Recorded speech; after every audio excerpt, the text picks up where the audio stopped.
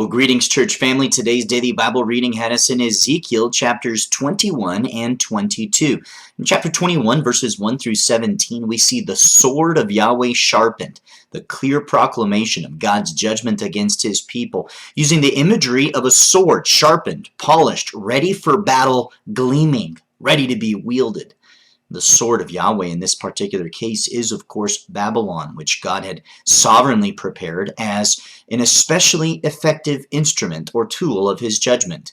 We see in verse 3, this sword would cut off the righteous and wicked from Israel. And again in verse 12, this sword is against God's people, including all of the officials, the leadership of Israel. Now, note the descriptions of readiness, power, and terror in regards to this sword.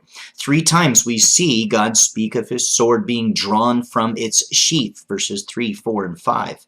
The sword is described as polished and sharpened in verses 9, 10, and 11, and the sword is described as glittering, flashing like lightning in verses 10 and 15. Then when we get to the second half of the chapter, verses 18 through 32, we see the sword of Yahweh wielded. God promises that the sword of Babylon, his sword, was made ready to strike Jerusalem and the Ammonites. We see that in verse 20.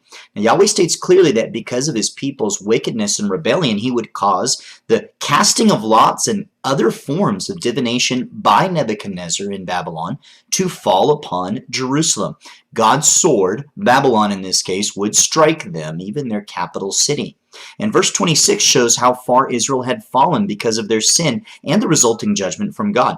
The turban of the high priest and the crown of the king had been removed. There would no longer be a royal or religious leader for Israel to rely on, at least, as we see in verse 27, until he comes, whose right it is to be both high priest and king. And that's a clear reference to the Messiah. The last section of this chapter, chapter 21, and we see this in verses 28 through 32, is a reference to the temporary sheathing of Yahweh's sword of judgment from striking Ammon, but chapter 25 makes clear this judgment against Ammon would still eventually come, along with God's judgment against the other pagan nations. In chapter 22, all 31 verses focus on the sins of Yahweh's people. God underscores the sins of his people in a sobering chapter that was intended to remind the people of Ezekiel's day, those who were in exile, why Yahweh was sharpening his sword to judge Jerusalem. And here's the reasons he lists in this chapter. Bloodshed in her midst, verses 3, 4, 6, 9, 12, and 13. There was the striking down of citizens by one another and by the leadership in Jerusalem. There's idolatry in the city, verses 3 and 4. There's dishonoring of parents, verse 7. There's ill treatment of those who are in need, such as the stranger, the orphan, and the widow, verses 7 and 29. There's despising and profaning of that which the Lord had set aside for worshiping him, the holy things and the Sabbath days, verse 8. We see widespread slander, verse 9. Lewd acts, that's sexual immorality, and he goes into some detail about that in verses 9, 10, and 11. Bribery, verse 12. Hatred towards neighbors, verse 12. Forgetting Yahweh, verse 12.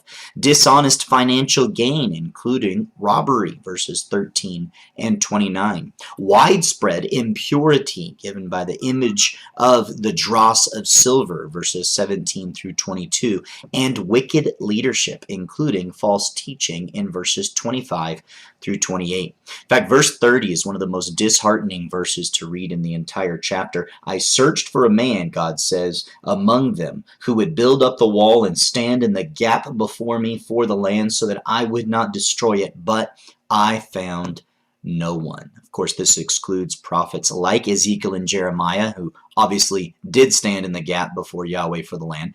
Outside of those precious few chosen prophets, there was no one left in the audience, right? No one left to hear from these prophets who would remain faithful to God. And that's why the Lord would bring about his judgment and cleanse the land, especially the city of Jerusalem. When we think about the judgment of God and the widespread wickedness of Israel, and especially Jerusalem in Ezekiel's day, let us also remember what God did to redeem his people.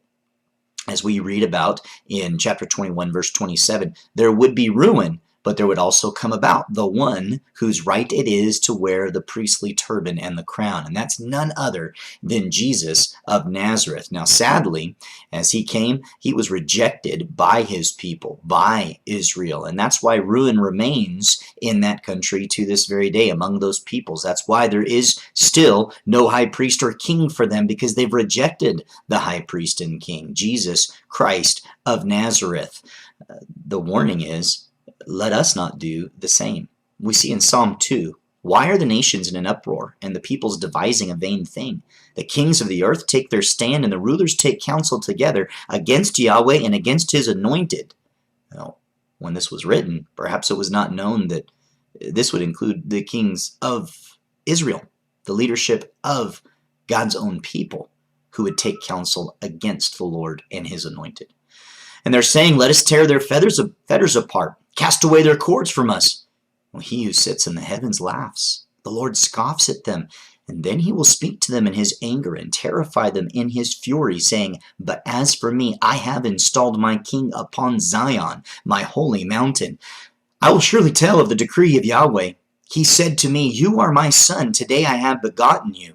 Ask of me, and I will surely give the nations as your inheritance, and the very ends of the earth as your possession. You shall break them with the rod of iron. You shall shatter them like earthenware. That's the conversation between God the Son and God the Father, the promise given to the Son that he will rule on this earth from Zion, from Jerusalem. Now, therefore, O kings, show discernment. Take warning, O judges of the earth. And of course, what's good for the goose is good for the gander. We need to take warning and show discernment as well. Worship Yahweh with reverence and rejoice with trembling. Do homage to the Son, that he not become angry and you perish in the way, for his wrath may soon be kindled. How blessed are all who take refuge in him. Beloved, submit to the Son, pay homage to Christ, repent from sin, trust in him. He took the judgment of the Father, the wrath of God for you in your place, if indeed you repent and believe in him. And let us live each day for the sake of his name, for his glory, as we look forward to his return to reign on this earth, and even as we trust him now as our high priest, mediating for us, for every Christian, for everyone who trusts in him at the right hand of the Father. This has been Ezekiel chapters 21 and 22. I hope you have a great day.